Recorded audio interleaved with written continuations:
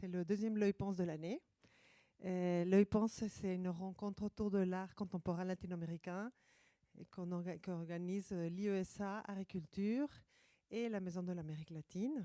Et on reçoit toujours avec grande joie les acteurs, artistes, curateurs, institutions qui travaillent pour la meilleure connaissance de l'Amérique latine à Paris et en France. Et ce soir, on est particulièrement heureux de recevoir Rocío Garcia, qui est une très, très grande figure de l'art cubain. Et malheureusement pas assez connue dans le milieu français. Et justement c'est pour ça c'est une double joie de la recevoir ce soir.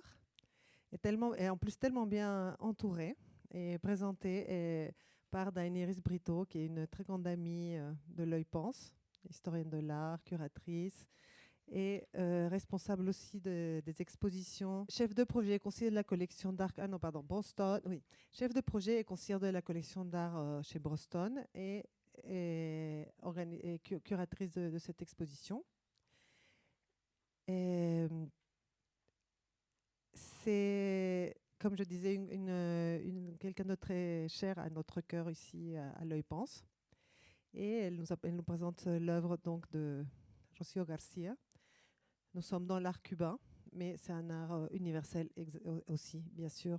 Et c'est pour cela qu'on est très content de recevoir à Ricardo Ravero Blanco, qui est espagnol, mais de Lanzarote. Donc il est proche quand même de l'Amérique latine, de la sensibilité, et de notre...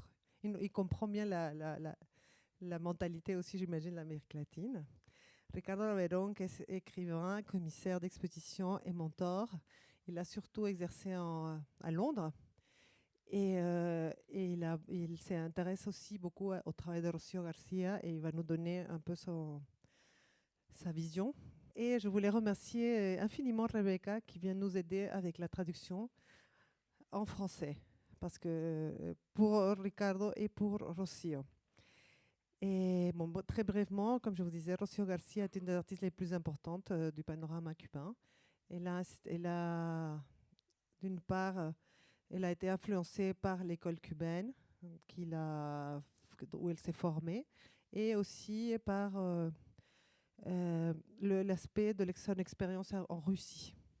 Et je pense qu'elle va en parler pendant cette rencontre. Et moi, je trouve ça, c'est un profil très intéressant, très original, et on a hâte de l'écouter. Et donc, je vous remercie à tous d'être là, de votre présence. Et après la rencontre, je passe la parole à Daenerys.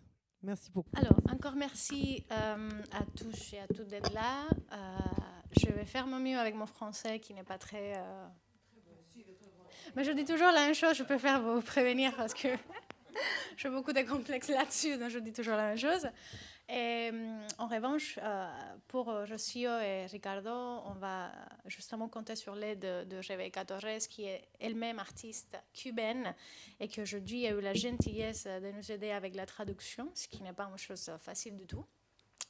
Moi, je commence justement pour remercier à la Maison de l'Amérique latine pour nous donner encore un autre espace.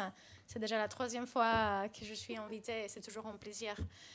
Spécialement pour le travail de Grecia Cáceres et Anne Hudson qui mettent beaucoup en lumière les scènes latino-américaines à Paris, ce qui est très important pour nous. Je tiens aussi à remercier au nom de Gilbert Brownstone qui n'a pas pu être présente aujourd'hui malheureusement, mais qui est très aussi reconnaissante de cette présentation. Et bon, je pense que les présentations étaient déjà faites, donc je vais passer un petit peu plus à l'acte. Donc moi, mon objectif ici aujourd'hui, c'est de vous aider un petit peu à contextualiser le travail de Rocío Garcia. Qui est Rocío, d'où vient cette femme incroyable, et cette peintre, et cet être humain aussi, qui a touché la vie de beaucoup de Cubains et de beaucoup de personnes, je crois, autour du monde, pas que à Cuba. Et puis, donc, je vais faire cette petite présentation un petit peu contextuelle. Et puis, je vais passer la parole directe à Ricardo, qui va s'en occuper justement de dialoguer avec Rocío de choses beaucoup plus précises, notamment des enjeux artistiques, conceptuels et philosophiques dans le travail de Rocío et aussi dans son philosophie sa philosophie de vie, ce que je pense aussi que c'est très beau de comprendre. Donc, Rocío est une artiste, comme bien l'annonçait Grecia, qui est cubaine, qui vit et travaille toujours à La Havane. Elle est née en 1955 et elle fait ses premières études de baccalauréat à Cuba, à l'école à l'Escuela Superior de Arte San Alejandro. Et on parle là des début des années 70. Donc, elle finit son baccalauréat en 1995 et après, elle était censée faire, on va dire, l'université d'art à Cuba, alors qu'à l'époque, en 1995, l'École nationale d'art, qu'aujourd'hui on connaît comme l'ISA, Instituto Superior de Arte, n'existait pas parce qu'elle a été fondée en 1998. Donc à l'époque, et toujours aujourd'hui, pour ceux d'entre vous qui ne le savent pas, Cuba était très allié à la Russie, ce qui signifiait en fait que Cuba recevait beaucoup de bourses, de grants des études pour aller étudier en Russie. D'ailleurs, beaucoup de générations précédentes, telles que la génération peut-être pas de mes grands-pères, mais aussi enfin oui, mes grands-pères, oui, étaient censés même apprendre la langue russe. Donc, c'est le cas un petit peu de Rocío qui gagne une bourse d'études en Russie et va étudier à Saint-Pétersbourg, à l'école de Beaux-Arts de Repin. Donc, elle va en Russie alors qu'elle était très jeune, elle avait 24 ans, et elle passe 7 ans en Russie, où je trouvais cette image d'archives qui me semblait très, très drôle, où elle passe en Russie justement donc 7 ans. Une artiste femme très jeune qui part un petit peu à la recherche de ces académies de nouveau réalisme. Et donc, elle rentre après à Cuba dans l'année 1984, justement 84 et 85. Donc, en Russie, bien sûr, elle est influencée par tout ce courant de l'époque. Et après, à sa rentrée à Cuba, et je pense que c'est aussi très important de le signaler, elle commence en 1987 à être professeure aussi de l'école supérieure d'art San Alejandro, où elle va rester jusqu'à 2017. Donc, ce sont quand même des moments, on va dire, qui ont bouleversé sa carrière. Ces moments où elle va étudier en Russie, elle passe 7 ans, et puis elle rentre à Cuba pour, d'un côté, développer sa carrière artistique et d'un autre côté, développer aussi une carrière académique qui a touché pendant des générations. D'ailleurs, elle a resté dans cette poste plus de 30 ans, qui a touché la vie aussi de beaucoup des artistes aujourd'hui tels qu'on les connaît. Donc voilà quelques aspects importants de la vie de Rocío.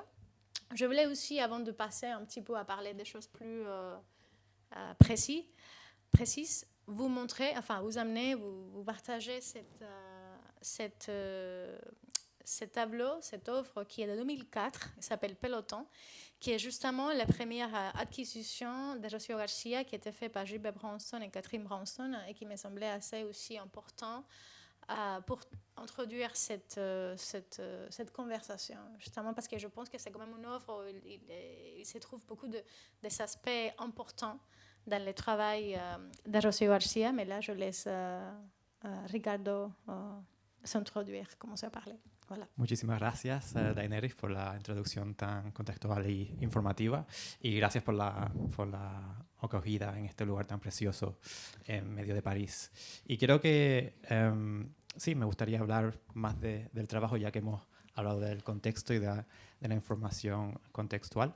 Ya que estamos en París, dicen que es la ciudad más bella del mundo, y quiero comenzar por ahí, por la belleza y la belleza de tus trabajos, y pensando sobre todo en la serie El Thriller, que es una de las primeras series que tenemos en esta presentación.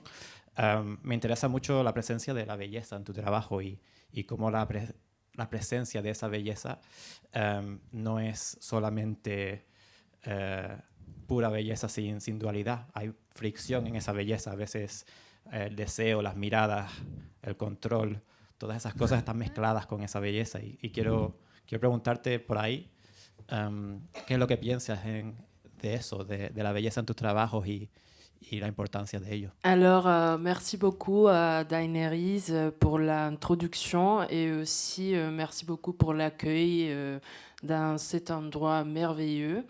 J'aimerais commencer à parler à propos contextualiser un peu le travail de Rossio. Et comme on est à Paris, qui est dite la ville la plus belle du monde, j'aimerais bien commencer par là, à parler du lieu de la beauté, de la présence de la beauté dans ton œuvre.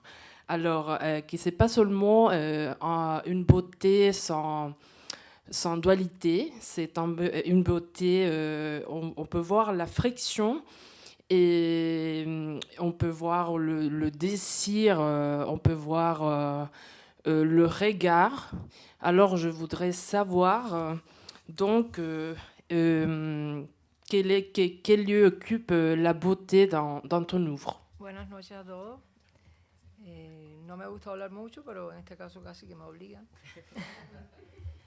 En realidad, la pregunta tiene que ver con el concepto de la belleza. Yo creo que en el mundo del arte, sin belleza, pues no sería arte, ¿no? Hay muchos tipos de... muchas variantes de conceptos sobre el tema de la belleza. Para mí la belleza tiene que ver con lo espiritual, con la sinceridad cuando uno se expresa, y entonces esa es una de mis búsquedas, ¿no? De expresarme, ser honesta y decir sobre determinada historia lo que yo creo que se debe decir, y de la manera más, de alguna manera más atractiva, pero también con fortaleza, ¿no? Desde el punto de vista del arte. Bonsoir. J'aime pas trop parler, mais bon, je suis obligée de le faire. Alors, pour moi, le concept de la beauté, à vrai dire, l'art sans beauté, ce serait pas de l'art. Et pour moi, la beauté, c'est quelque chose de spirituel. Et il y a aussi une sincérité dans l'expression à partir de la beauté. Et c'est surtout de raconter des histoires, de récits avec cette sincérité et cet concept de beauté spirituelle. No, estoy totalmente de acuerdo y creo que se ve mucho en la belleza, la honestidad de tu trabajo y de los personajes que vemos hoy en esta presentación, pero también en el trabajo que haces de visualizar el espíritu humano y la complejidad del ser humano. Y creo que esa belleza es muy, muy, muy bella de ver en tus obras. También quiero hablar de cómo a veces vemos tus trabajos como si fuera una escena en la que hemos entrado y que parece ser que hemos entrado justo antes de que algo ha sucedido o de que algo importante va a suceder. Parece que estamos en una escena que está en captura, en este espacio de no saber lo que va a suceder.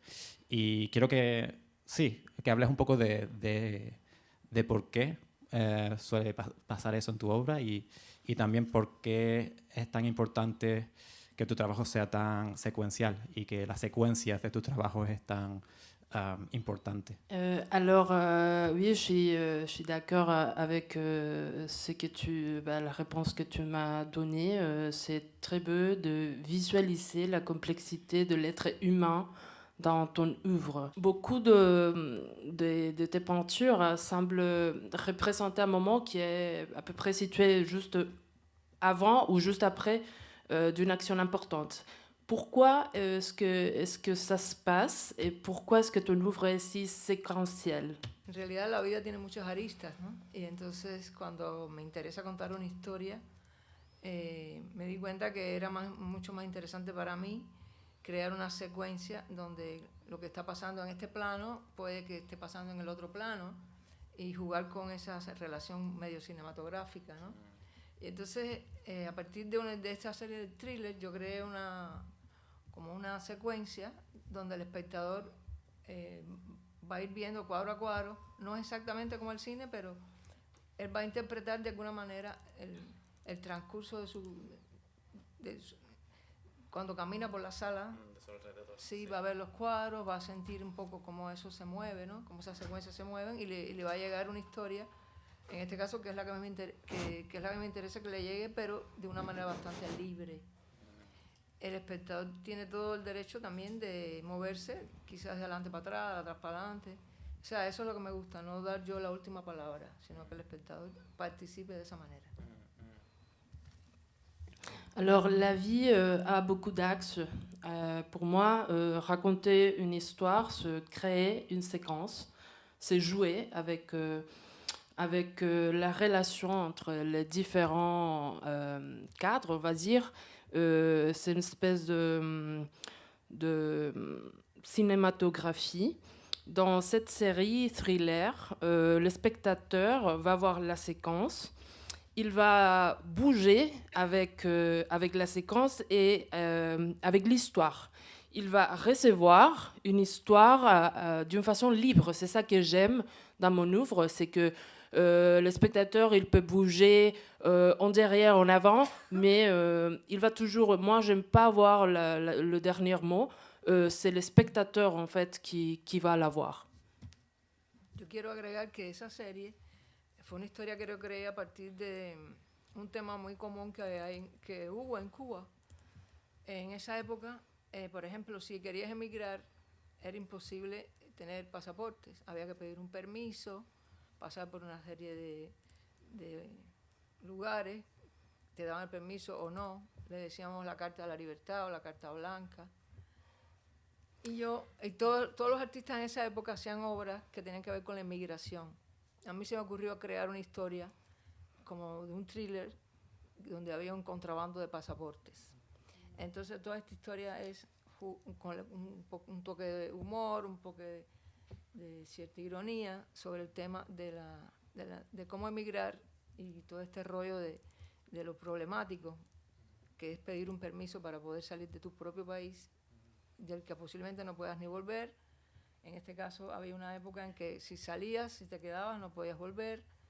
Eso se ha mejorado un poco, pero existió y fue muy fuerte. Moi, j'aimerais bien signaler que j'ai créé cette histoire à partir d'une thématique, d'un sujet très commun en Cuba à cette époque. Alors, à propos, autour du voyage, de sortir du pays, des difficultés d'avoir un passeport, qu'à cette époque, en fait, il fallait demander la permission des autorités.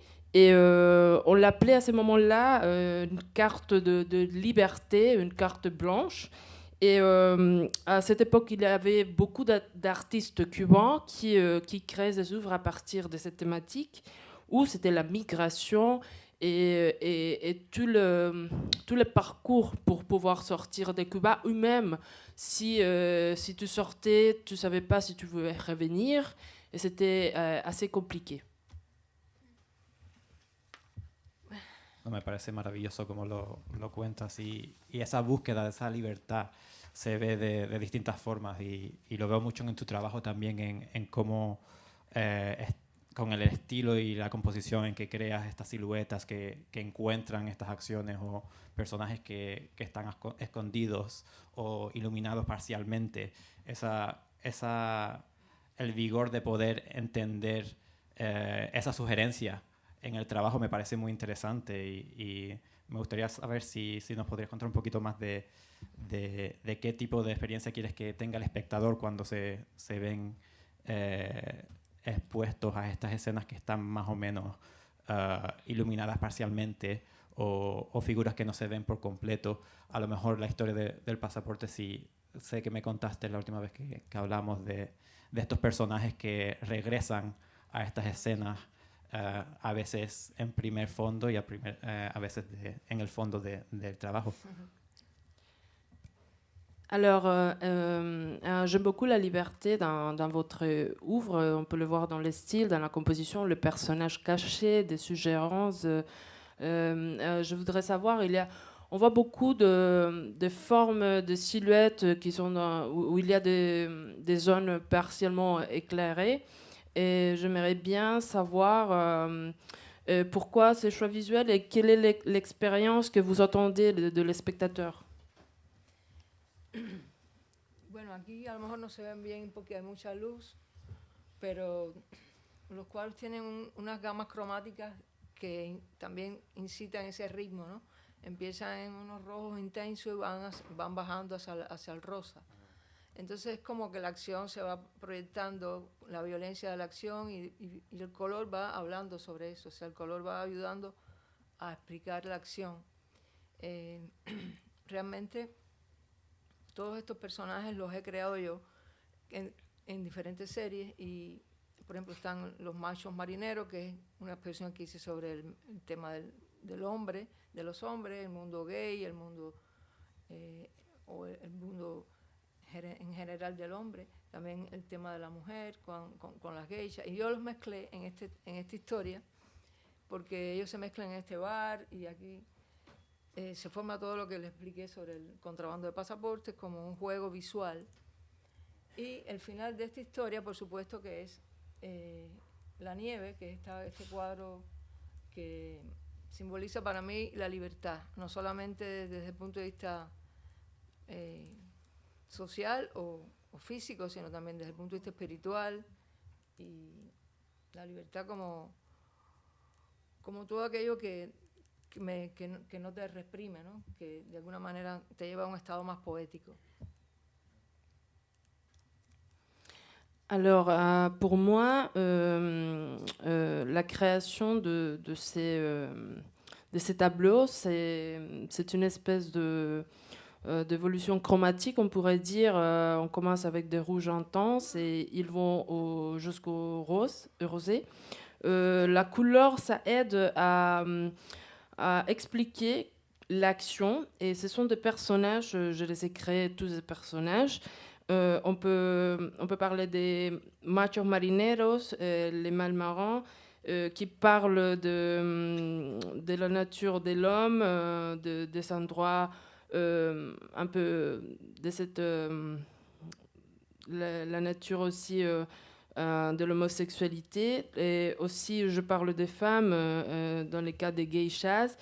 Et finalement, la neige, ça symbolise pour moi la liberté, mais pas seulement la liberté sociale ou physique, mais aussi la liberté spirituelle, où on va en état poétique. Y a lo mejor podemos encaminarnos hacia la dirección más de la sexualidad en el trabajo que desde mi punto de vista es muy aparente, y de que lo veo muy interesante en cómo se desenvuelve, y sobre todo hablando de lo que ya hemos hablado, de la libertad, del espíritu humano que quiere liberarse de condiciones sociales que son impuestas en una sociedad. Y me gustaría hablar más de eso, de cómo te sientes tú en tus pinturas, de ese homoerotismo que hay, pero también de esa sensualidad, de que estas figuras que a veces son andrógenas se presentan. ¿Cómo piensas que tu trabajo se ve a día de hoy, o si lo ves de una forma diferente desde cuando lo hiciste, cuando pintaste esas obras? No sé si quieres decirnos un poco más de la sexualidad o de cosas que no has nombrado ya. Bueno, vamos a ver. Sí. Et en parlant de la sexualité, tu sais que la liberté de l'esprit humain qui veut être libre, aussi j'aimerais parler de l'homoérotisme et la sensualité aussi dans tes œuvres. Et on voit aussi des figures androgynes, non? Ouais, merci. Comment est-ce que tu vois ton travail aujourd'hui? Est-ce qu'il y a une différence entre le moment où tu l'as créé et comment tu le vois aujourd'hui? Je voudrais savoir un peu plus sur ça. Bueno, yo soy bastante freudiana también en algunos criterios, ¿no? Y creo que sí, que las relaciones sexuales y eróticas le crean conflictos al ser humano y le crean hasta problemas psicológicos y hasta problemas políticos pueden pasar. Y entonces de eso también me interesa expresar el amor y las relaciones complejas. De alguna manera, una de las libertades que más todavía tenemos en Cuba es la libertad sexual. Hasta ahora no nos han prohibido tener sexo. Y entonces, bueno, también me parece que en el mundo, ¿no? No solamente en nuestra isla, en cualquier país del mundo, las complejidades del mundo de lo erótico y de la sexualidad existen y provocan a veces daños irreversibles, ¿no? Entonces de eso me gusta tratar de alguna manera irónica a veces, o de alguna manera positiva, que como que se vea el problema, o que se vea la belleza de eso, porque que un hombre ame a otro hombre, o que una mujer ame a una mujer, o lo que sea, si hay belleza, si hay espiritualidad en eso, pues vale, ¿no? Alors moi, je suis un peu freudienne. J'aime bien traiter les relations sexuelles, érotiques, voire aussi parce que ce type des relations homosexuelles, on pourrait dire, qui créent des conflits, des problèmes parfois psychologiques, parfois politiques. Et alors, j'aime bien traiter dans mon œuvre l'amour, les relations complexes, cette liberté sexuelle. Par exemple, à Cuba, ils n'ont pas encore interdit d'avoir des relations sexuelles. Vraiment, la complexité de la sexualité et de ces relations dans le monde entier, j'aime bien la montrer dans mon œuvre, voir la beauté de ce type de relation, de l'amour entre deux hommes, entre deux femmes, entre n'importe qui. Et c'est ça qui me semble important. Muy bonito lo que has dicho. Bueno. Y sí, esa biopolítica en tu trabajo se ve está muy expresada, de una forma en la que, desde mi punto de vista otra vez, me hace pensar en esa libertad, la represión del heterocentrismo y lo que hace en una sociedad, sobre todo a día de hoy. A lo mejor podemos hablar un poco del deseo, ya que hemos hablado un poquito de ese conflicto de deseo y cómo se ve ese deseo un poco tranquilo o a veces un poco arriesgado en tu trabajo. Y no sé si quieres contarnos un poquito más de por qué ese deseo parece ser peligroso. Y a lo mejor podemos hablar en algunas de tus obras específicas, si hay una que viene a la mente sí, cómo ves el deseo en tus obras. Ouais, maintenant qu'on a parlé de la liberté dans ton œuvre contre cette répression hétérocentriste imposée dans le monde, on pourrait parler du désir. Le désir calme, mais aussi le désir risqué. J'aimerais bien savoir comment ça se passe, cet regard du désir dans tes œuvres. Bueno, yo creo que sí, que en el mundo hay mucha dicotomía en cuanto a veces a las relaciones de atracción, ¿no? Puede ser que algo que te atrae mucho sea peligroso. Por ejemplo, yo una vez entré en una tienda de armas blancas en Toledo, en España, y me fasciné con las dagas, los cuchillos, con todas esas armas que pueden matar, son terribles, ¿no? Sin embargo, tienen una belleza, tenían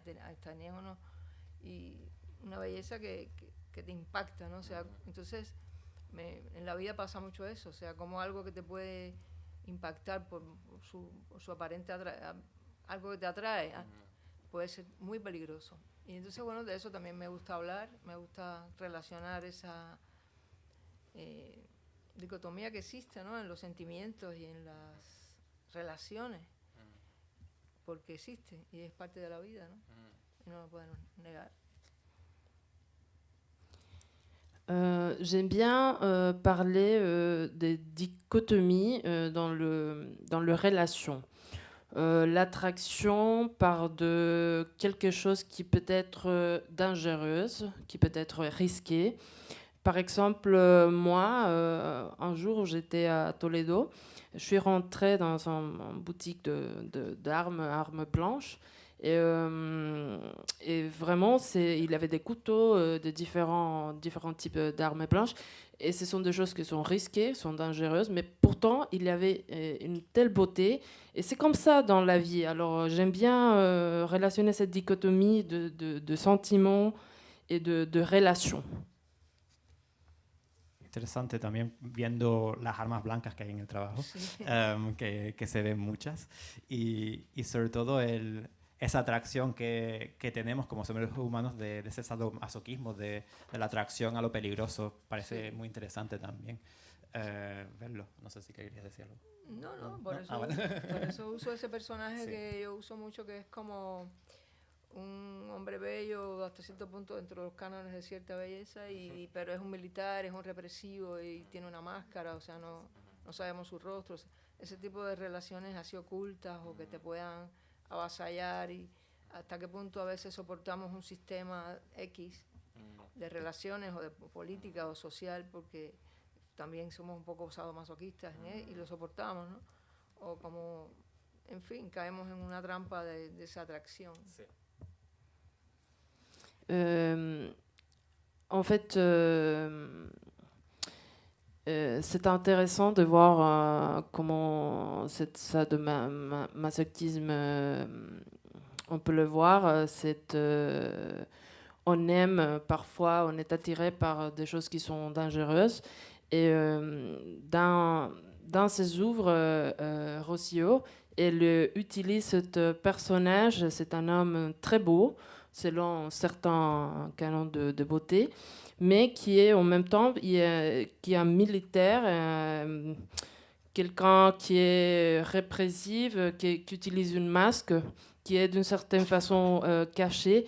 Alors ça montre comment parfois on peut être sadomasochiste, on supporte des systèmes politiques, sociaux, etc., qui nous oppriment, et c'est ça aussi qui est intéressant à découvrir. Y podríamos hablar de la máscara también, que me parece muy interesante, esa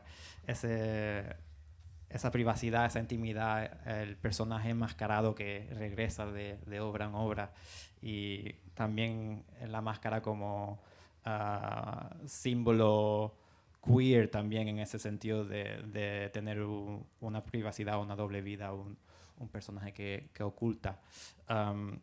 Y a lo mejor podemos hablar con el trabajo del el regreso de Jack el Castigador, que tenemos también en esta presentación, donde el poder no siempre se muestra fuerte, a veces parece torpe o incómodo o incluso un poco ridículo, y me interesa cómo generas un humor satírico en tus obras y en tus historias.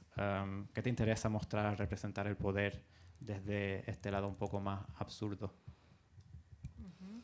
En parlant on pourrait beaucoup parler de ce personnage masqué qui revient, que peut-être aussi regarder comme un symbole queer.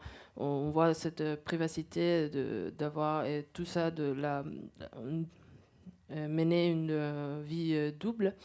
Et on pourrait, à partir de cela, on pourrait parler de le retour de Jacques le Punisseur, et où on voit de façon parfois absurde ou ironique, satirique, comment l'autorité est représentée. J'aimerais bien savoir à propos de cela. Bueno, esta serie yo la nombré Jack el Castigador.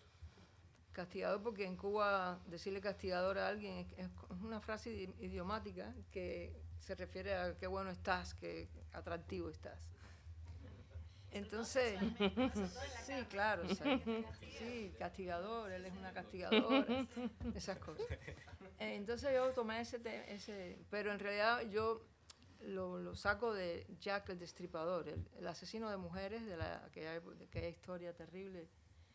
Y me interesó porque esta historia, esta serie, fundamentalmente quería mostrar a la mujer como la protagonista, o sea, la que vence todos los obstáculos, la que vence a ese castigador. Entonces, toda la serie son mujeres que se encuentran con este Jack y todo lo que pasa alrededor de ellas con él. Al final lo vencen, por supuesto, y el conejo, que en este caso es muy representativo, yo en todas las obras aparece como símbolo de la libertad interior de esa mujer. O sea, para mí la libertad interior es lo más importante que puede tener uno como ser humano y como mujer en este caso. Porque aunque te puedan reprimir, aunque te puedan torturar, aunque te puedan avasallar, en fin, si tú tienes ese sentimiento interior vas a ser libre. Y de eso se trataba, ¿no? Entonces al final en esta serie, por supuesto que el que sale muy mal parado es el castigador. Alors, pour ce personnage de Jacques le Punisseur, en fait, c'est une phrase idiomatique à Cuba. El castigador, c'est quelqu'un qui est très attractif, qui est bon dans les affaires sexuelles, du lit, etc.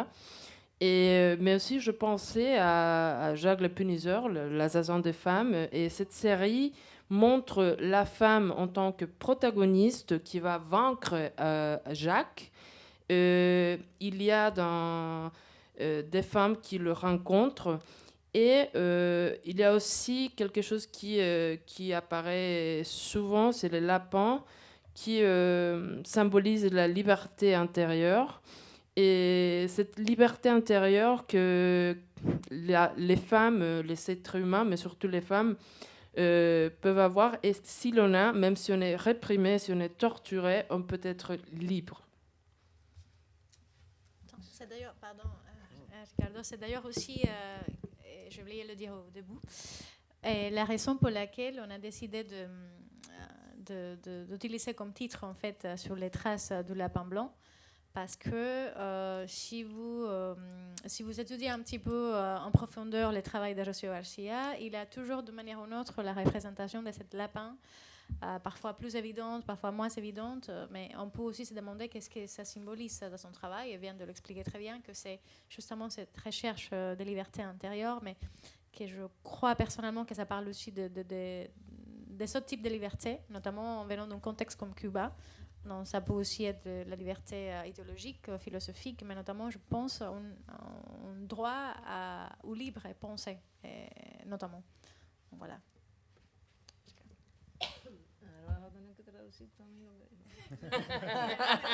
Digo, ¿qué habrá dicho? Más contexto sobre el conejo.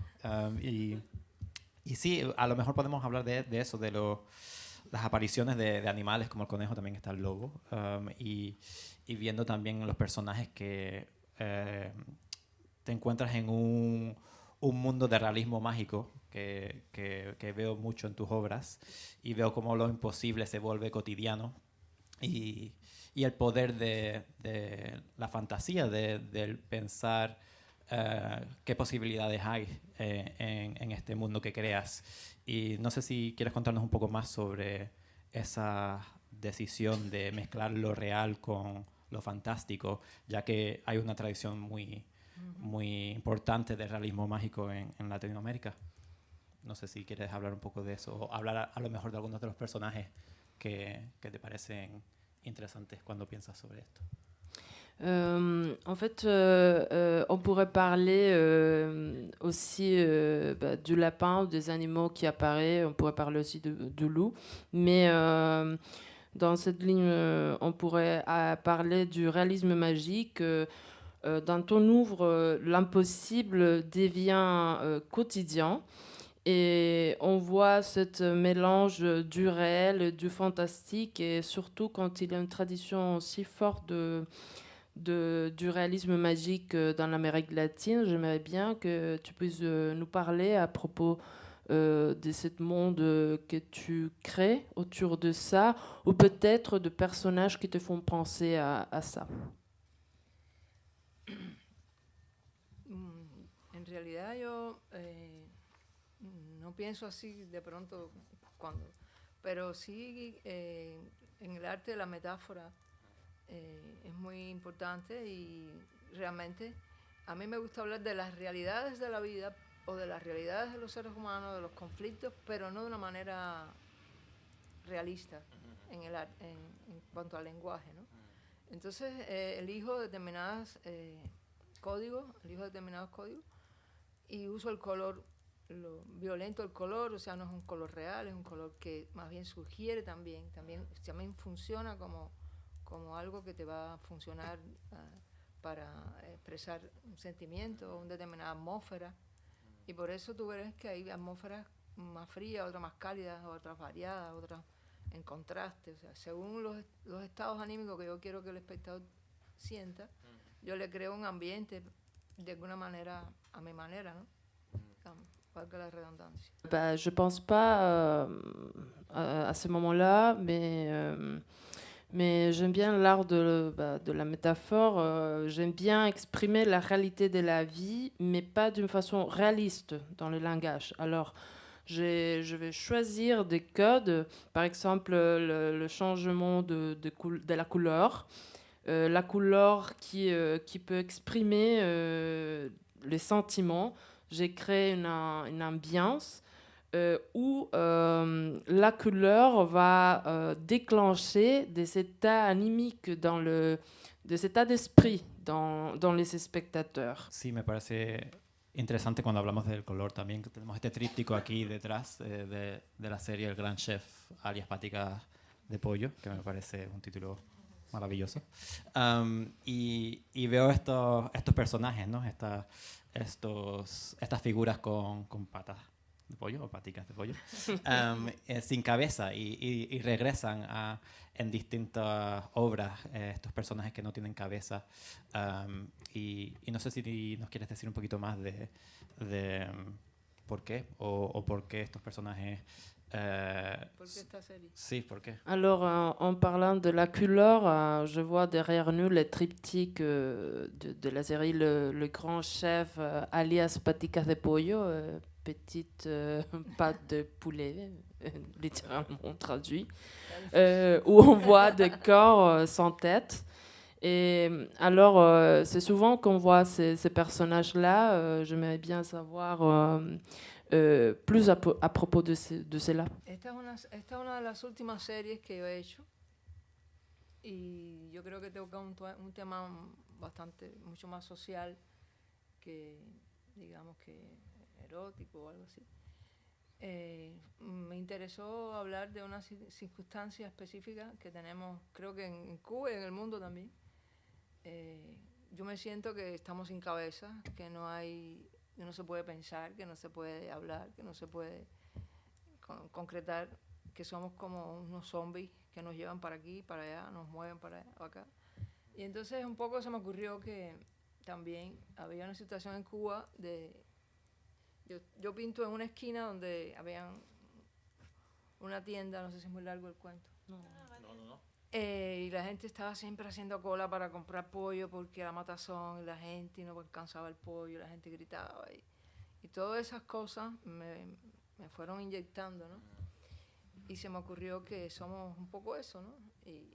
Y ahí vino el porqué de estas figuras que en el fondo, por supuesto, están asediadas por un gran chef, como en la cocina, el chef.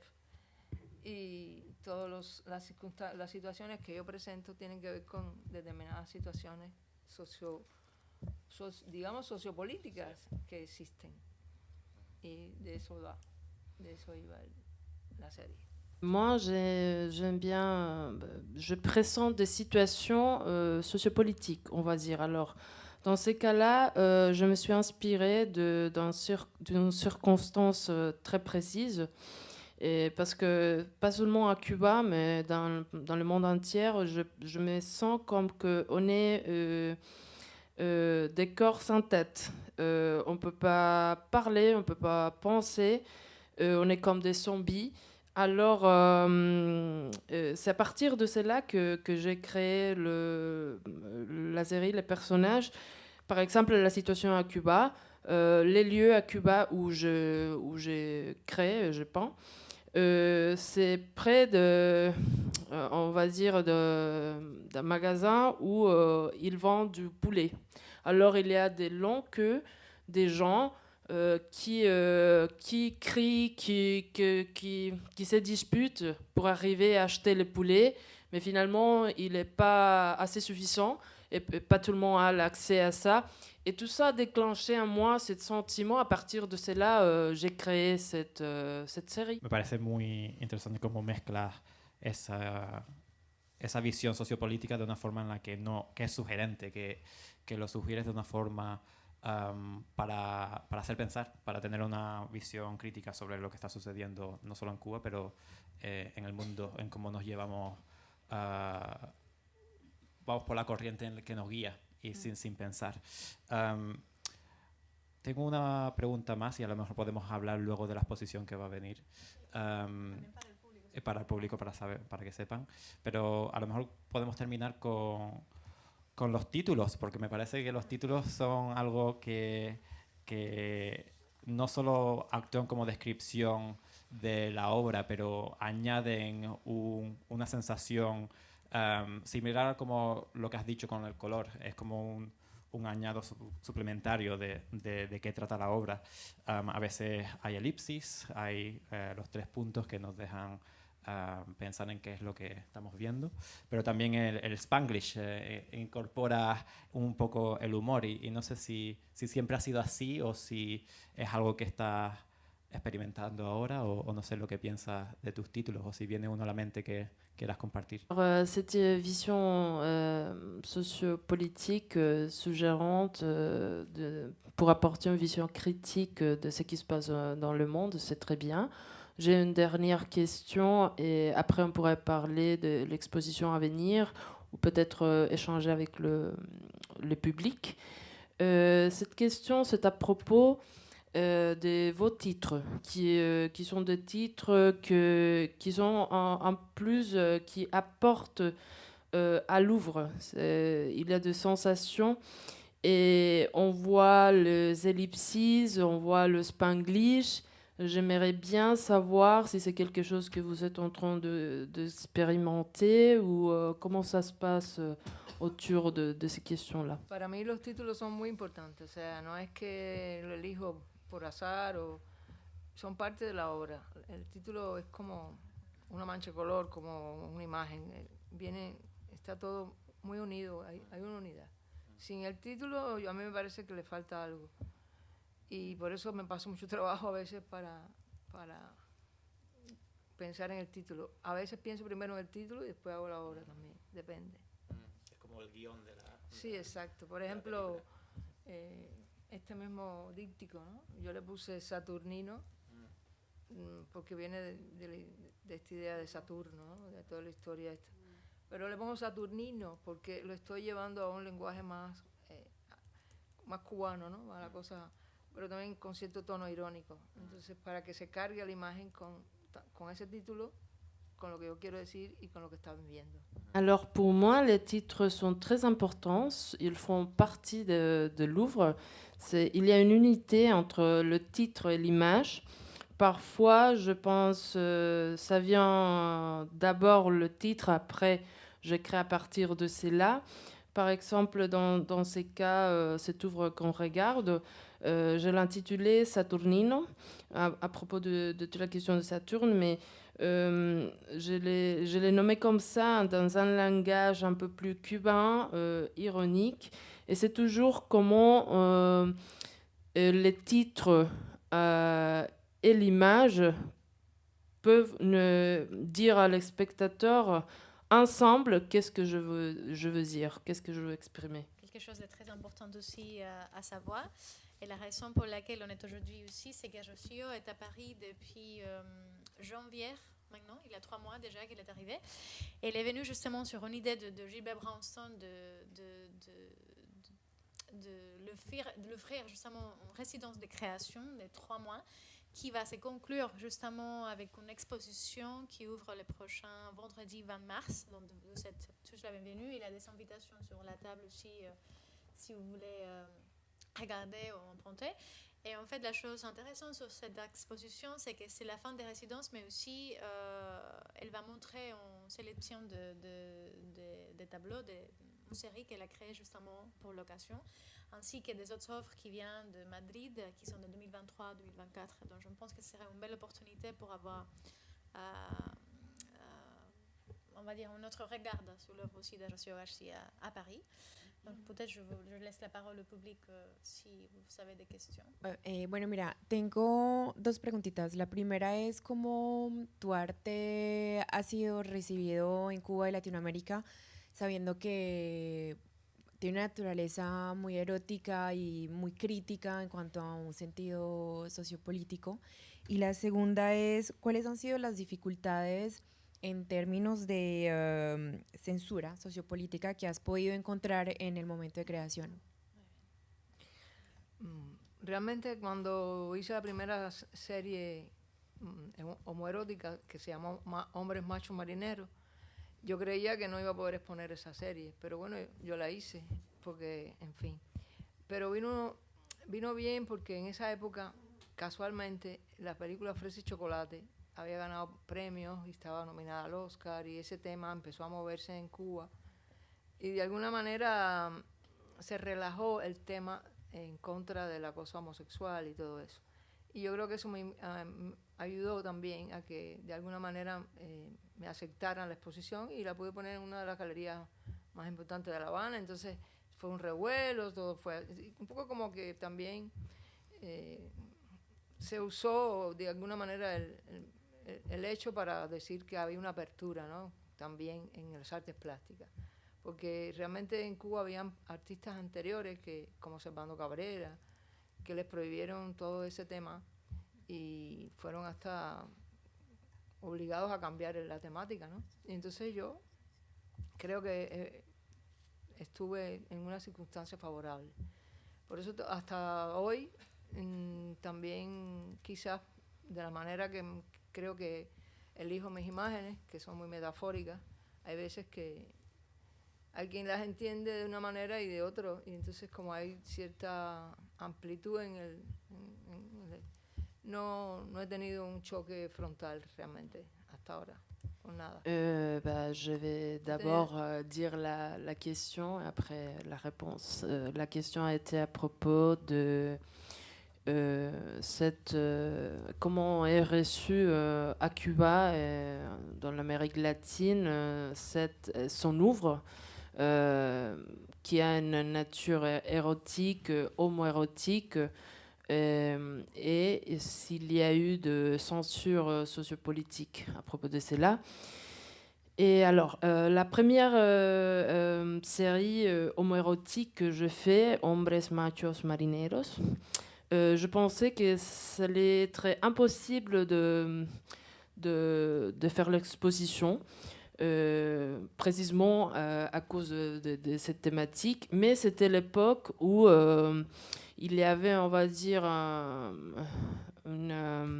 autour de cette thématique, grâce à Fresa y Chocolate, le film qui, à cette époque-là, avait été nommé au prix Oscar. Et alors, je pense que c'était une façon aussi de montrer, en me permettant d'exposer mon œuvre, qu'il y avait aussi une ouverture à la thématique dans les arts visuels, dans la peinture. Parce que auparavant, il y a eu des peintres comme Servando Cabrera, à qui ils sont interdits d'exposer et de présenter cette thématique. Il y a d'autres peintres qui ont été obligés à changer les sujets et les thématiques de ces œuvres. Alors, pour moi aussi, comme j'ai une œuvre assez métaphorique et que c'est à la perception du public aussi, jusqu'à ce moment-là, je n'ai pas eu de problème de ce type-là de censure. En fait, il faut comprendre aussi que c'est une époque, elle parlait, enfin, Hombres Machos Marineros, début des années 90. C'est une époque où, en fait, c'était très bouleversant pour l'histoire du pays, parce qu'avant, les pays étaient très fermés en termes de tout ce qui était sexualité, sensualité, la représentation de ça. Mais la cinématographie a fait beaucoup pour, et notamment ce film Fresa y Chocolate, qui est la première fois à Cuba, dans le cinéma cubain, où c'est raconter l'histoire de deux homosexuels, hommes. Donc c'était vraiment un bouleversement pour beaucoup de Cubains, pour la société cubaine et pour la manière aussi de comprendre l'homoérotisme. Ça, là, je parle de 1992 essentiellement. Et un autre facteur essentiel qui a aussi changé la mentalité cubaine, c'est qu'aussi au début des années 90, avec la dollarisation qui commence à être présente à Cuba, c'est-à-dire qu'on commence pour la première fois depuis 1959 à pouvoir accéder et payer avec les dollars américains, puisque les pays étaient dans une crise économique énorme. Donc ça a fait que ça a augmenté aussi le tourisme et ça a augmenté aussi la prostitution. Donc toute cette répression qu'on avait dû avoir avant les années 90 à cause du système socialiste a commencé à être un peu plus ouverte, légèrement. Hein. Mais les Cubains, essentiellement, et en parlant d'identité, on était toujours très joyeux, très ouverts. On a toujours compris la sensualité de manière très ouverte, alors que les gouvernements socialistes, les projets de gouvernement socialiste a essayé et a beaucoup réprimé ça. Jusqu'aux années 90 que ça commence à changer un petit peu. Et donc c'est là, dans cette époque, qui s'inscrit justement l'œuvre de Rocío García et que des critiques d'art cubains très importantes, tels que Rufo Caballero, par exemple, commencent à écrire sur le travail de Rocío, qui commence à être vu et commence à être académique, on va dire comme ça. Parce que si vous regardez les dates, Rocío arrive à Paris depuis la Russie dans les années 80, mais on ne parle plus de Rocío jusqu'à les années 90. Donc l'explication est là. Buenas noches. Quería saber si las historias se repiten, si se da la libertad de regresar a alguna historia o son lineales. Y la otra pregunta era de si las historias las ha escrito antes o solamente se desarrollan en su mente y en los cuadros. No repito las historias, lo que sí los personajes que, por ejemplo, he creado varios personajes de las geishas, los marineros, Jack el castigador, el barman, y así, y otros personajes del cómic, como uno que saqué aquí o sea, depende del protagonismo que quiera darle en la historia, ¿no? A veces el protagonista es Jack, pero a veces son las mujeres, a veces son los hombres, a veces son los animales que están mezclados entre la gente, y así depende.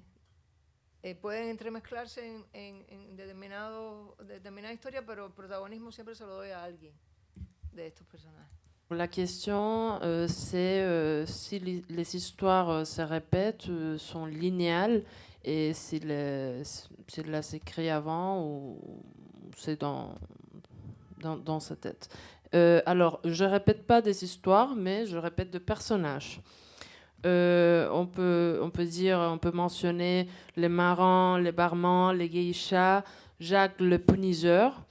Mais tout dépend du protagonisme. À quel personnage je vais donner le protagonisme? Il y aura toujours un protagoniste dans mon œuvre. Hola, buenas noches. Nada, darte las gracias por haber entrado en tan profundidad en tu trabajo. Ha sido un regalo escucharte.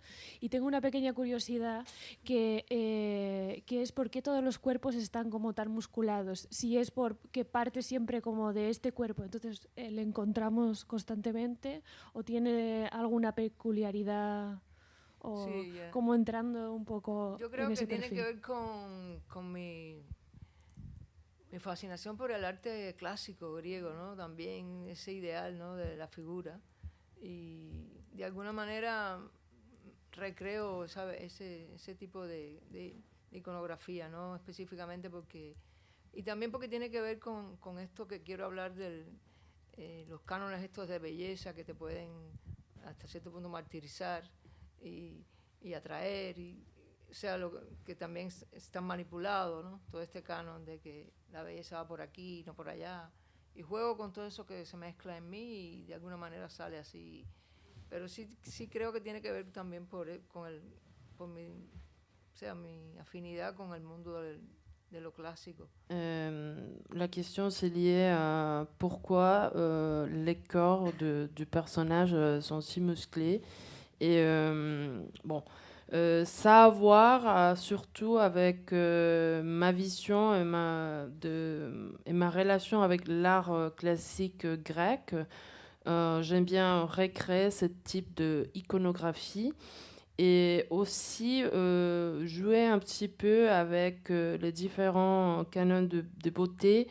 Qu'est-ce que peut faire souffrir ou attirer, ou il y a toujours cette dualité. Mais je pense que c'est surtout à propos de ma vision et de l'affinité que j'ai avec le classique, l'art classique. Moi, me gustaría preguntarte sobre tu experiencia en Rusia.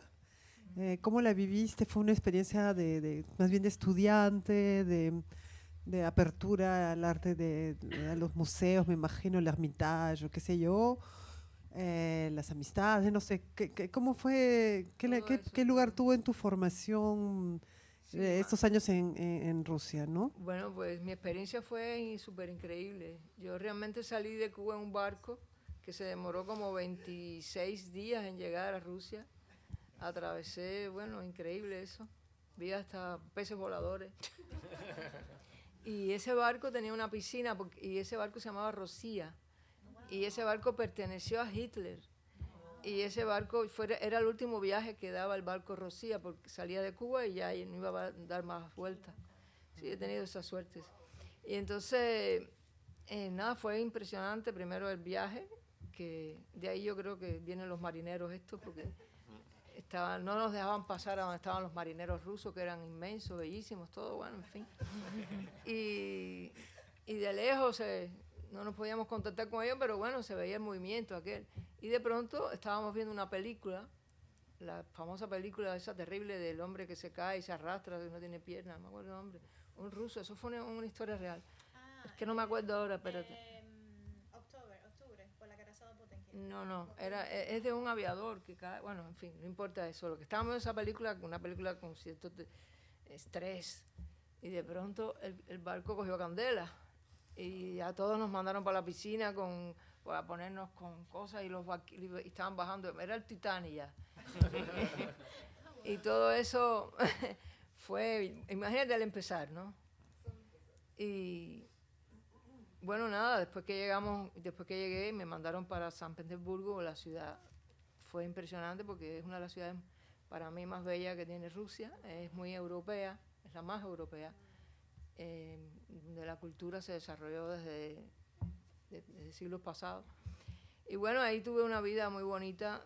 Por primera vez en la vida pude ver un Leonardo da Vinci, un Velázquez, un Kandinsky en vivo, ¿entiendes? Para una niña de 20 y pico de años, cubana, que que no dejaban viajar, que no podías viajar, salir y entrar a un museo como ese y ver esas, fue muy impresionante. Y así después la escuela y todos los trayectos que tuve. Pero realmente tengo la mejor opinión de los rusos, o sea, de los muchachos, de los estudiantes, de las amigas, de los amigos, que del mundo del arte, que fueron para mí súper... Todavía tengo amistad y todavía tengo contacto. Y lo que más me impresionó también fue que uno le metía miedo, no, vas a Rusia, realismo socialista, eso es terrible, no sé qué. Y realmente yo no sentí esa presión, ni ninguno de mis compañeros estaba pensando en realismo socialista, ni ya estaban más cerca de la perestroika que de otra cosa.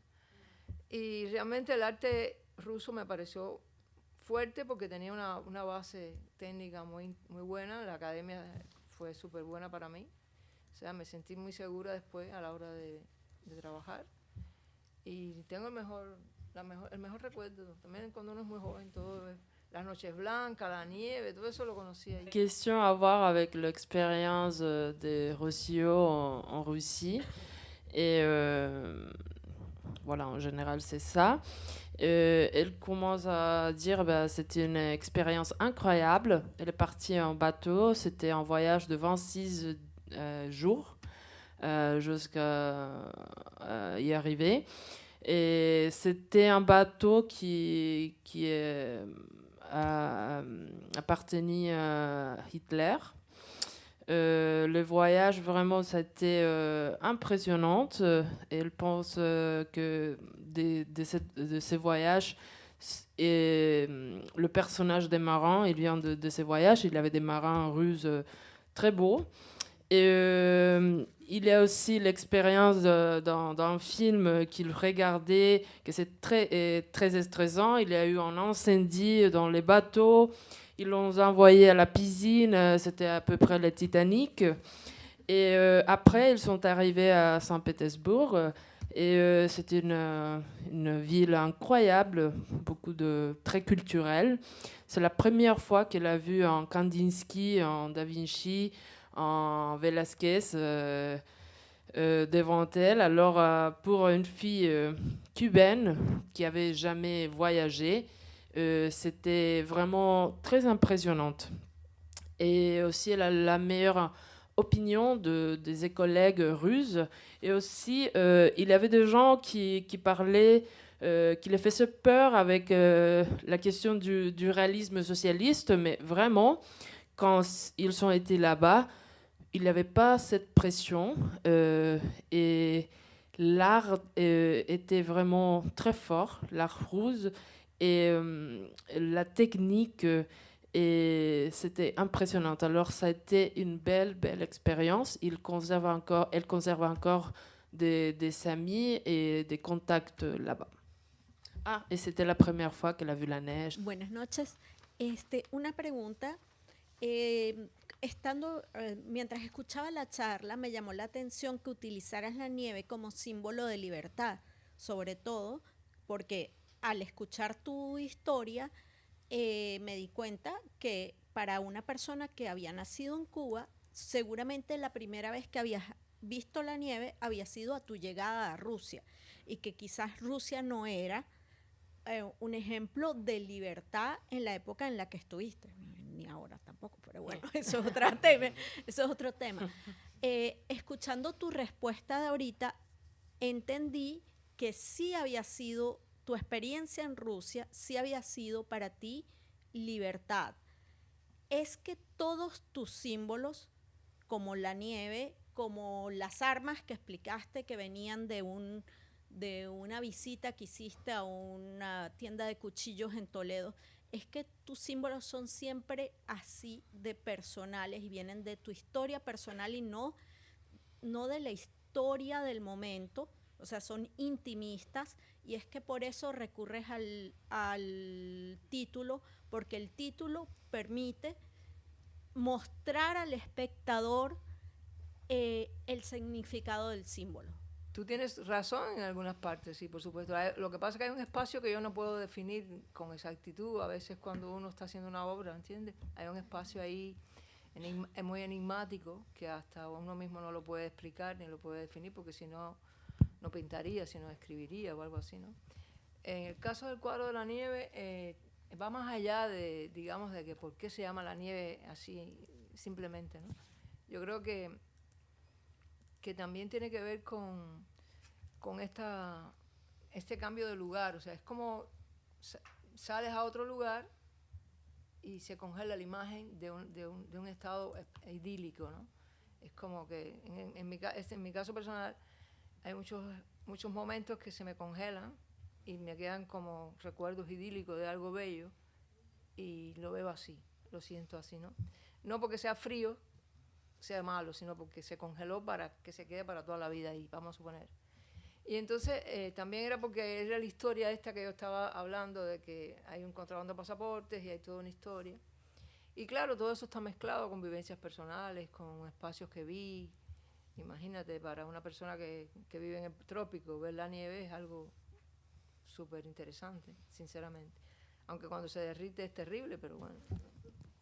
Y sí, yo creo que todo artista parte de un sentimiento muy, muy personal, y de alguna manera lo puede llevar a un sentimiento más general, pero siempre va a partir por supuesto, de tu experiencia, de tu sentimiento, de lo que te provoca a ti primero que todo. La question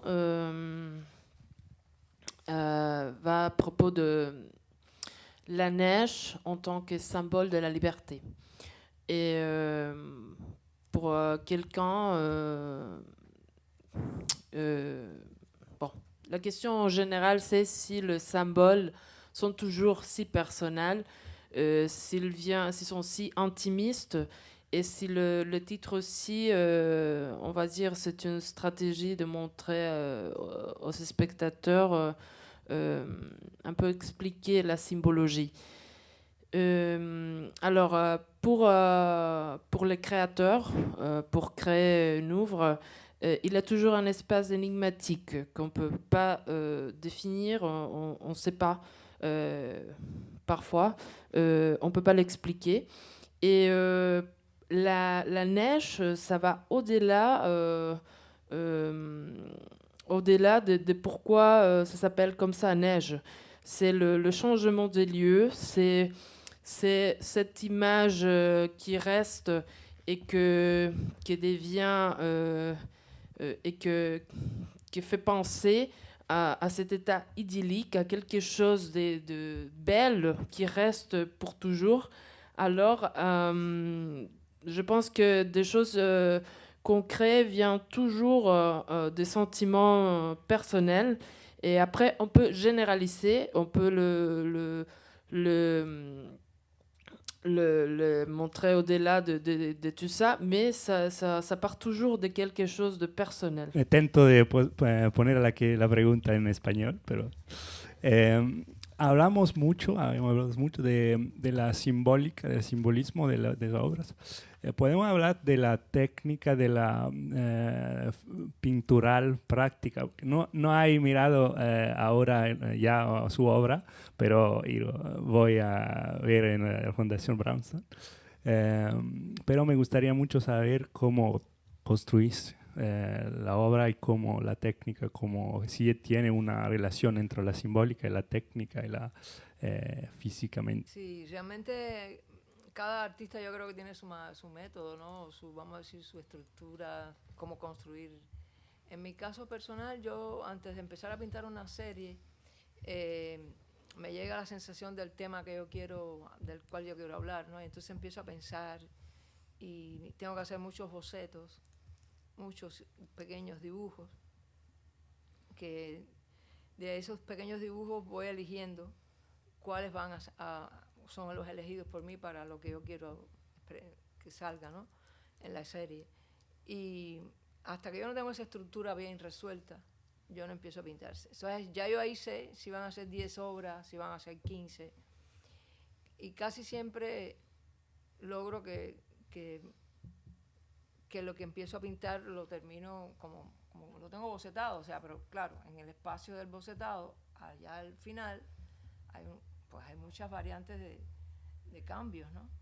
Pienso en la composición, pienso en los personajes, pienso en qué personajes o qué imágenes me van a ayudar a esa simbología que quiero manipular, que quiero decir, ¿no?